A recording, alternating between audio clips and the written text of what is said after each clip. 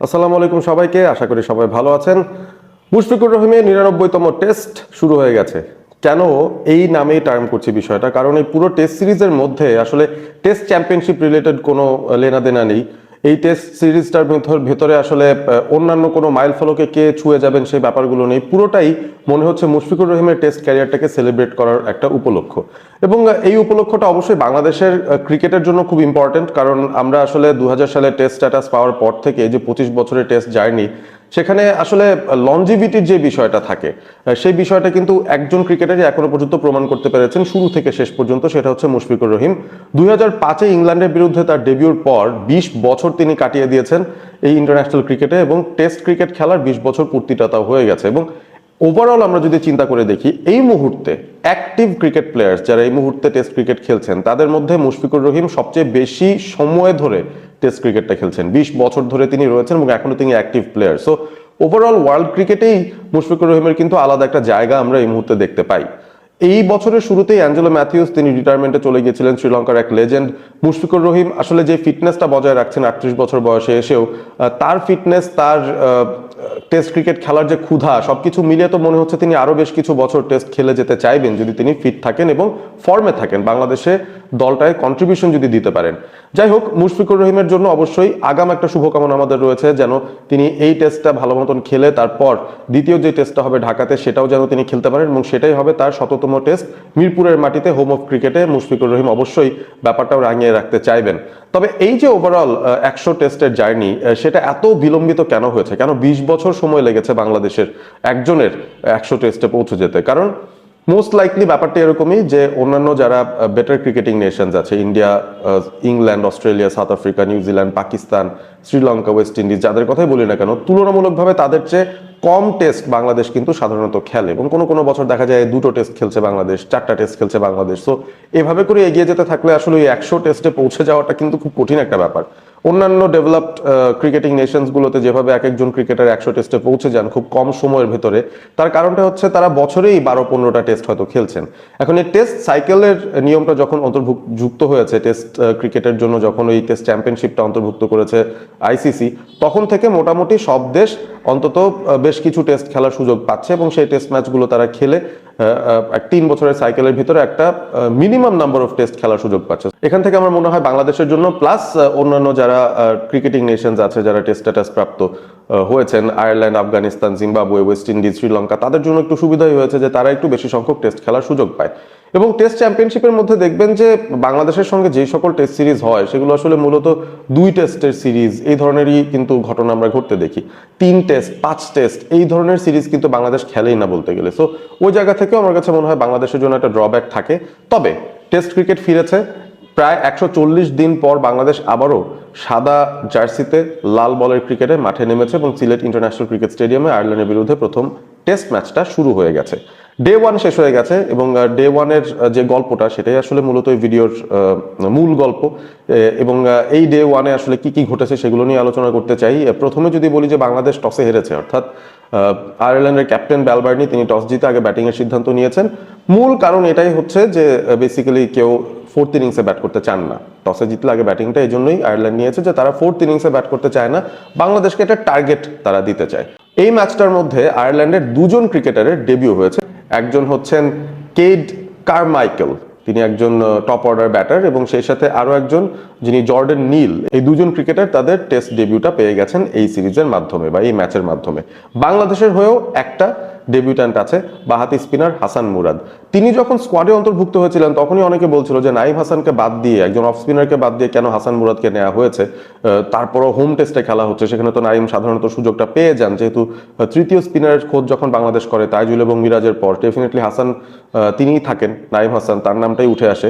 তবে আমার কাছে মনে হয়েছে যে লজিকে এই স্কোয়াডে হাসান মুরাদকে ইনক্লুড করা হয়েছে সেটার পেছনে একটা কারণ আছে, এবং কারণটা খুবই সিম্পলটা হচ্ছে ম্যাচ আপ। এই যে ম্যাচ আপের গল্পটা আমরা বলি যে প্রতিপক্ষের কতজন ডানহাতি ব্যাটার আছেন, বাঁহাতি ব্যাটার আছেন, সেই হিসেব করে বাঁহাতি স্পিনার, ডানহাতি অফ স্পিনার, এভাবে করে হয়তো একটা মেজারমেন্ট করা হয়। এবং বাংলাদেশ দলটায় যেহেতু তাইজুল আছেন বাঁহাতি স্পিনার, মিরাজ আছেন ডানহাতি স্পিনার, আয়ারল্যান্ডের ব্যাটিং লাইন আপে কয়জন বাঁহাতি ব্যাটার আছেন বা কয়জন ডানহাতি ব্যাটার আছেন সেগুলোর একটা হিসেব হয়তো করা হয়েছিল, এবং সেখান থেকে বের করা হয়েছে যে এই পুরো আয়ারল্যান্ড স্কোয়াডের মধ্যেই বাঁহাতি ব্যাটার মাত্র একজন, তাও আবার তিনি নিচের দিকে খেলেন, ম্যাকব্রাইন। টপ 6-এ কোনো বাঁহাতি ব্যাটারি নেই।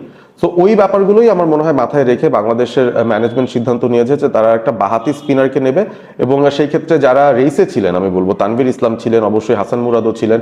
তবে হাসান মুরাদ সুযোগটা আগে পেয়ে গেলেন, এবং হাসান মুরাদ বেশ ভালো পারফর্ম করেছেন বলা যায়। প্রথম দিন হিসেবে বেশ ভালো একটা ডেবিউ তিনি পেয়ে গেছেন।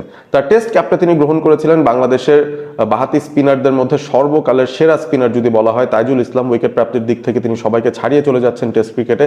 সেই তাইজুলের কাছ থেকেই সেই ক্যাপটা গ্রহণ করেছেন হাসান মুরাদ, এবং তার উইকেট সংখ্যা আরো বাড়তে পারতো যদি বলি, কারণ এই ওভারঅল আয়ারল্যান্ডের ব্যাটিং ইনিংসের গল্পটায় যেতে গেলে প্রথম দিক থেকে ক্যাচ মিসের মহড়ার কথাও বলতে হবে। সাদমান ইসলাম স্লিপ কর্ডেনে ক্যাচ ড্রপ করেছেন, নাজমুল হোসেন শান্ত ক্যাচ ড্রপ করেছেন, মেহেদী হাসান মিরাজ ক্যাচ ড্রপ করেছেন। সো এতগুলো ক্যাচ ড্রপ হওয়ার পর 6 ওভারের ভেতরেই যখন 3-3টা ক্যাচ বাংলাদেশ ড্রপ করে, তখন তার ফার্স্ট সেশনটা তাদের হওয়ার কথাও নয়। পল স্টার্লিং এর ক্যাচ 2বার ড্রপ হয়েছে এবং তিনি সেই সুযোগটা নিয়ে একটা 50 পেয়ে গেছেন। এবং সেই সাথে আরো কিছু ব্যাটাররা ভালো করেছেন যাদের নামটা আসলে উল্লেখ করা যেতে পারে। একজন হচ্ছেন ওই যে ডেবিউট্যান্ট কেইড কারমাইকেল, তিনি একটা 50 পেয়েছেন। ধৈর্যশীল একটা নক ছিল, 59 রানের একটা ইনিংস, এবং তিনি প্রায় 2 সেশন ব্যাট করে ফেলছিলেন। এবং এই আয়ারল্যান্ড ব্যাটিং এফোর্টটার মধ্যে আপনি ছোট ছোট অনেকগুলো ইনিংস দেখবেন। পল স্টার্লিং এর 60, কারমাইকেলের 59, কার্টিস ক্যাম্পার 44 করেছেন, লরকান টাকার 41 করেছেন। অর্থাৎ এই রানগুলোই তাদের মূলত রান স্কোরারদের কাছ থেকে এসেছে। এবং শেষ দিকটায় এসে ডেবিউট্যান্ট জর্ডান নীল তিনি 30 রান করেছেন, ব্যারি ম্যাকার্থি 21 রান করে অপরাজিত আছেন। তবে এই যে জর্ডান নীলের কথা বলছি, ভেরি আনফর্চুনেট, তিনি একেবারে দিনের শেষ বলটায় তিনি আউট হয়ে গেছেন 30 রান করে। না হলে কিন্তু আয়ারল্যান্ড একটা বেটার পজিশনে থেকে হয়তো ডে 2টা শুরু করতে পারতো। প্রথম দিন শেষে আয়ারল্যান্ডের সংগ্রহ 278 উইকেটে। এবং এখানে আয়ারল্যান্ডের ব্যাটারদের যদি ধৈর্যের গল্পটা বলি বা তাদের পারফরমেন্সের গল্পটা বলি, বাংলাদেশের এন্ড থেকেও কিন্তু বোলারদের ব্যর্থতার গল্প বলতে হবে, ফিল্ডারদের ক্যাচিং ড্রপের ব্যর্থতার কথা বলতে হবে। ক্যাচ ড্রপটা বেসিক্যালি বাংলাদেশকে বেশ খানিকটা ভোগাচ্ছে। এবং আজকের এই ম্যাচটায় বা প্রথম ম্যাচের যে প্রথম দিনটা গেল, ওই জায়গায় মূল আলোচনাটাই হয়তো হতে পারে বাংলাদেশ এতগুলো ক্যাচ কেন ড্রপ করছে। প্র্যাকটিসের সময় কিন্তু সাদমান ইসলাম ক্যাচ ধরছিলেন, গতকালও প্র্যাকটিস হচ্ছে, সেখানেও সাদমান ইসলাম ক্যাচ প্র্যাকটিস করছিলেন স্লিপ কোর্ডেনে। মোহাম্মদ আশরাফুল যিনি ব্যাটিং কোচ, তিনিই কিন্তু স্লিপ ক্যাচের প্র্যাকটিসগুলো করাচ্ছিলেন। সো ওভারঅল বাংলাদেশ কিন্তু ওয়েল ড্রিল হওয়ার কথা। তবে ম্যাচ কন্ডিশনে কোনো এক কারণে প্লেয়ারদের কনসেন্ট্রেশনে কিন্তু ঘাটতি দেখা যায়, এবং সেই ব্যাপারটা আমরা প্রথম 6 ওভারের মধ্যে 3বার দেখে ফেলেছি। এটা আয়ারল্যান্ড বলে হয়তো বাংলাদেশ পার পেয়ে যেতে পারে, যে তারপরে ব্যাটাররা হয়তো কিছু র্যাশ শট পরবর্তীতে খেলবেন বা তাদের এক্সপিরিয়েন্স কম দেখে আমাদের বোলাররা হয়তো তাদের উপর চড়া হতে পারবেন। তবে প্রফেশনাল হওয়ার যে ব্যাপারটা, টপ অর্ডার টিম আয়ারল্যান্ডকে ঘুরিয়ে দেওয়া যেত। ওই 3টা ক্যাচ আমরা যদি নিয়ে ফেলতাম তাহলে ডেফিনেটলি আয়ারল্যান্ড এত রান হয়তো করতো না, হয়তো 250-র আগেই তারা অল আউট হয়ে যেতে পারতো বা 200-র মধ্যে তারা অল আউট হয়ে যেতে পারতো। সেই বিষয়গুলো আসলে বাংলাদেশ টেক কেয়ার করেনি সেভাবে, একটু রিল্যাক্স, একটু ক্যাজুয়াল। এবং এতগুলো ক্যাচ, 4টা ক্যাচ ড্রপ একই দিনের মধ্যে, সেটা কিন্তু খুবই বাজে একটা স্ট্যাট বলা যায়। সো এটা নিয়ে ডেফিনেটলি বাংলাদেশের মনোযোগ রাখতে হবে। আরো একটা দিক আমাকে খানিকটা অবাক করেছে, যে নাহিদ রানার ইনক্লুশনটা এবং তার পেসটা।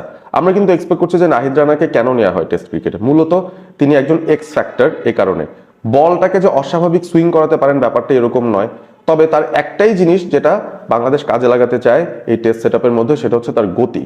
উইকেটের ধরন যেমনই হোক না কেন, স্লো ধরনের হোক না কেন, লো ধরনের হোক না কেন, নাহিদ রানা এমন একজন পেসার যিনি এর আগেও আমরা তাকে দেখেছি 150 কিলোমিটার পার আওয়ারে বল করতে। তো সেই জায়গা থেকে নাহিদ রানার কিন্তু একটা আলাদা চাহিদা রয়েছে টেস্ট ক্রিকেটে, আলাদা একটা এক্সাইটমেন্ট তিনি নিয়ে আসেন। এবং তার ধরনের যে বোলার, নতুন বলে যতটুকুই না করতে পারেন, পুরনো বলে তিনি কিন্তু ইনাফ এফেক্টিভ হলেও হতে পারেন, জাস্ট বিকজ অফ হিজ র পেস। তবে এই টেস্টে নাহিদ রানাকে দেখে কিন্তু আমরা খানিকটা শঙ্কিতই হচ্ছি। রান দেওয়ার কথা, রান দিয়েছেন তিনি। সাধারণত নাহিদ রানা খানিকটা এক্সপেন্সিভই হন, কারণ এত জোরে বল করতে গেলে অ্যাকুরেসি ঠিক রাখা যায় না, অনেক সময় ব্যাটাররা লুজ বল পেয়ে যান, বা অনেক সময় এজ থেকেও চার চলে আসে, কারণ তার বলের গতি ভালো আছে। তবে তার গতি যে কমেছে সেটা কিন্তু আমরা দেখতে পাচ্ছি, অন্তত 5 কিলোমিটার তার গতি দেখে মনে হচ্ছে কমেছে। আগে তার ওয়ার্ম আপ বলগুলোয় থাকতো 145 এই ধরনের গতিতে, তার চেয়েও গতি যখন বাড়াতেন 149, 150 এই রেঞ্জে তিনি বল করতেন। এবারের এই যে টেস্ট ম্যাচটা তিনি খেলছেন, এখানে কিন্তু তার সর্বোচ্চ বোলিং এর গতিটাই 146, 47 এ গেছে, এবং অনেকগুলো বল দেখেছি 135, 138 বা এই রেঞ্জের ভেতরে ঘুরপাক খাচ্ছে। সুতরাং তার বোলিং এ যে গতি কমেছে সেটা কিন্তু বোঝাই যায়। সো এই জায়গাটায় কেন হচ্ছে ব্যাপারটা, এটা নিয়ে কিন্তু বোলিং কোচ শন টেটকে চিন্তা করতে হবে, কারণ তার একটাই অস্ত্র আপাত মুহূর্তে। অন্যান্য অনেক কিছু হয়তো তিনি ম্যানেজ করবেন, অনেক কিছু হয়তো তিনি আস্তে আস্তে রপ্ত করবেন, তবে তার যে মূল কাজ পেস, সেটাই কেন তার কমে গেছে সেটা কিন্তু একটা বিরাট প্রশ্নের জায়গা। একটা উইকেট যদিও নাহিদ রানা পেয়েছেন, তারপরে তার কাছ থেকে আমাদের এক্সপেকটেশন অনেক বেশি। হাসান মাহমুদ ভালো বল করেছেন, তাইজুল ইসলাম খানিকটা খারাপ বোলিংই করেছেন বলা যায়, 72 রান দিয়ে মাত্র একটা উইকেট পেয়েছেন 21 ওভার বল করে। হাসান মুরাদ তার ডেবিউতে পেয়েছেন 2টো উইকেট এখনো পর্যন্ত 47 রান খরচ করে, এবং মেহেদী হাসান মিরাজ 50 রানে 3টা উইকেট পেয়েছেন। আগামীকাল আয়ারল্যান্ডের আরো 2টো উইকেট তিনি তুলে নিতে পারলে আরো একটা টেস্ট ফাইফারের সামনে তিনি দাঁড়িয়ে থাকবেন। লেটস সি আসলে আয়ারল্যান্ড শেষ পর্যন্ত দ্বিতীয় দিনে কতদূর পর্যন্ত ব্যাট করতে পারে, কারণ 270 রানে তাদের 8 উইকেট পড়ে গেছে। বাংলাদেশ চাইবে খুব কুইকলি সেই উইকেটগুলো তুলে নিতে এবং নিজেরা ব্যাট করতে নামতে, কারণ সিলেটের এই উইকেটের মধ্যে যদিও আমরা দেখেছি ঘাস, তারপরও আমার কাছে মনে হয় যে ডে 3 থেকেই হয়তো স্পিনাররা অনেক বেশি এফেক্টিভ হতে পারেন। সো তার আগেই বাংলাদেশকে ডে 2 এবং ডে 3 মধ্যে যতটুকু বেশি ওভার সম্ভব ব্যাটিংটা করে অন্তত 150 রানের একটা লিড বাংলাদেশ যদি নিয়ে নিতে পারে ফার্স্ট ইনিংসে, তাহলে কিন্তু আমাদের এই টেস্ট ম্যাচটা অন্তত জিততে সুবিধা হবে। দেখা যাক সেই কাজটা হয় কিনা। তবে ডে 1টা আমি বলবো ইভেন স্টিভেন্স বলা যায়, আয়ারল্যান্ড তারাও ভালো এফোর্ট দিয়েছে, 3টা 50+ পার্টনারশিপ তাদের ব্যাটিং ইনিংসে করেছে এবং 2জন 50 পেয়েছেন। ডেবিউট্যান্ট 2জন ভালো ব্যাটিং করেছেন। বাংলাদেশেরও কিছু প্রাপ্তি আছে ডেফিনেটলি, স্পিনারদের ভালো পারফরমেন্স, স্পেশালি মিরাজ এবং হাসান মুরাদের পারফরমেন্স সেটাও বলার মতো হয়েছে। তবে ক্যাচ ড্রপ এই ব্যাপারটা দ্বিতীয় ইনিংসে আয়ারল্যান্ড যখন ব্যাট করতে নামবে তখন কিন্তু অবশ্যই বাংলাদেশের মাথায় রাখতে হবে, না হলে কিন্তু ঘোরতর বিপদ অপেক্ষা করছে দলের সামনে। ভিডিওটি ভালো লেগে থাকলে অবশ্যই শেয়ার করবেন বন্ধুদের সঙ্গে, কমেন্ট করে জানিয়ে দিবেন প্রথম দিনে আপনার নজর কে কেড়েছেন। হাসান মাহমুদের বোলিং, হাসান মুরাদের বোলিং, নাহিদ রানার বোলিং, তাইজুলের বোলিং পারফরমেন্স, মেহেদী মিরাজ কেমন করলেন, এবং সেই সাথে আয়ারল্যান্ডের কোনো ব্যাটার আপনাকে কি ইমপ্রেস করেছে কিনা জানিয়ে দিতে পারেন কমেন্ট করে। কত রানে থামতে পারে আয়ারল্যান্ড জানিয়ে দিতে পারেন কমেন্ট করে, এবং বাংলাদেশ আসলে ফার্স্ট ইনিংসে কত রানের লিড নেওয়া উচিত এই ম্যাচটা একটা শক্ত অবস্থানে থাকার জন্য সেটাও জানাতে ভুল করবেন না। সাবস্ক্রাইব করবেন অল স্পোর্ট এবিপি। ভালো থাকবেন সবাই।